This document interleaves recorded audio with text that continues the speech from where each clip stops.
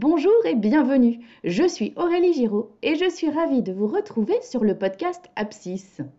Les valeurs correspondent à des principes fondamentaux qui caractérisent le fonctionnement de votre entreprise et guident les comportements des personnes qui la composent.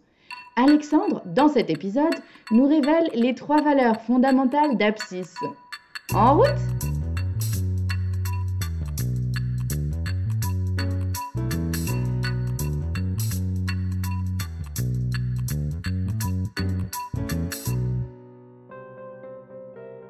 Pour pouvoir mettre en place finalement cette mission, cette vision d'entreprise, il y a des valeurs qu'Abscisse prône et ce depuis de nombreuses années pour certaines.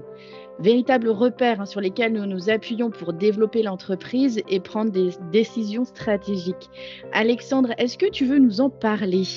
Abscisse s'est construit sur 3 valeurs. Le respect, ne pas dépendre et privilégier la marge au chiffre d'affaires. Au fond, le respect, dans sa définition étymologique, signifie agir avec égard dans le présent en se souvenant du passé. L'idée, c'est de regarder cette notion de considération en regardant devant, mais en n'oubliant pas en fait d'où on vient. Et ça commence par les promesses. Quand on fait une promesse, c'est important de faire la bonne promesse pour pouvoir la tenir. C'est aussi une question de comportement ou de savoir-être vis-à-vis des tiers externes à l'entreprise et à l'intérieur de l'entreprise. Et par exemple, en fait, quelles conditions de travail vous mettez à disposition de toute personne qui est amenée à interagir avec Abscisse. Alors les conditions de travail, mais ça peut aussi être des interfaces, ça peut être une ambiance. Et ça, c'est entre collaborateurs, mais aussi avec nos clients ou avec nos fournisseurs. Notre forme de considération également touche à tout ce qui est de l'ordre de l'équilibre entre la vie professionnelle et la vie personnelle. Et chez Abscisse, on attache un soin particulier à cet équilibre.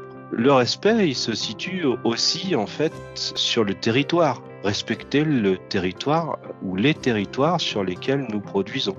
Prenons l'exemple du 55 qui est le siège d'Abscisse à Thizy. Anciennement, c'est une friche industrielle. Et plutôt que d'aller bétonner des champs en construisant des bâtiments en tôle, eh bien, on a réhabilité cette friche industrielle. Il y a une forêt au-dessus du 55 qui aurait pu être bétonnée pour donner lieu en fait à des habitations. Cette forêt, on en a fait l'acquisition et on la transforme en lieu récréatif, en lieu nourricier et en lieu d'observation. Et puis, c'est aussi le respect de l'avenir.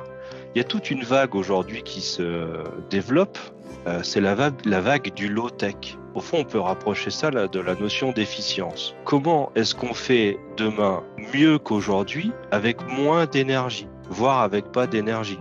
Ça, dans les plans de construction, par exemple, en fait, avec l'utilisation de la connaissance en architecture qui permet, avec de la géothermie aujourd'hui, finalement, d'utiliser presque plus d'énergie, soit pour climatiser, soit pour chauffer. Deuxième pilier de valeur, ne pas dépendre. Et si sur le premier pilier de valeur du respect, on a glissé sur l'efficience, avec ne pas dépendre, on glisse vers la résilience. Le sujet de la résilience, en fait, c'est finalement d'être en capacité de toujours exister, quelles que soient en fait les modifications de l'environnement dans lequel vous vous situez. Donc finalement, le fait de ne pas dépendre, c'est un rapport à l'écosystème et à la biodiversité de l'écosystème dans lequel vous évoluez. Il est difficile de ne dépendre de personne. Donc quelle situation ou quelle interdépendance vous créez ? Vous n'allez pas être dépendant d'un dirigeant, par exemple. En interne, vous allez essayer de doubler tous vos postes pour faire en sorte que des collaborateurs puissent travailler en équipe et au fond, dans le cadre du respect et de l'équilibre vie pro, vie privée, si vous avez un collaborateur qui est absent, qui est en congé, eh bien en fait, vous ne provoquez pas une situation de tension. Vous pouvez avoir cette réflexion avec l'ensemble des composantes d'une entreprise, interne ou externe. Et puis, dernier point, privilégier la marge au chiffre d'affaires.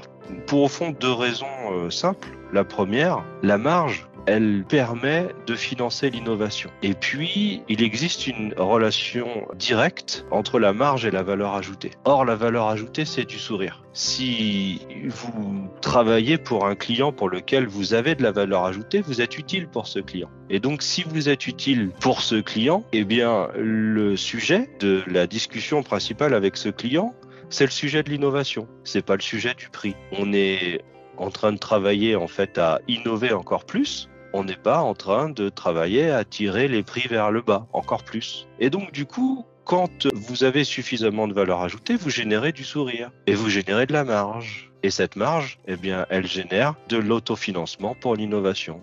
Et donc, c'est un cercle vertueux. Voilà, les 3 piliers de valeur d'Apsis, le respect, ne pas dépendre et privilégier la marge au chiffre d'affaires.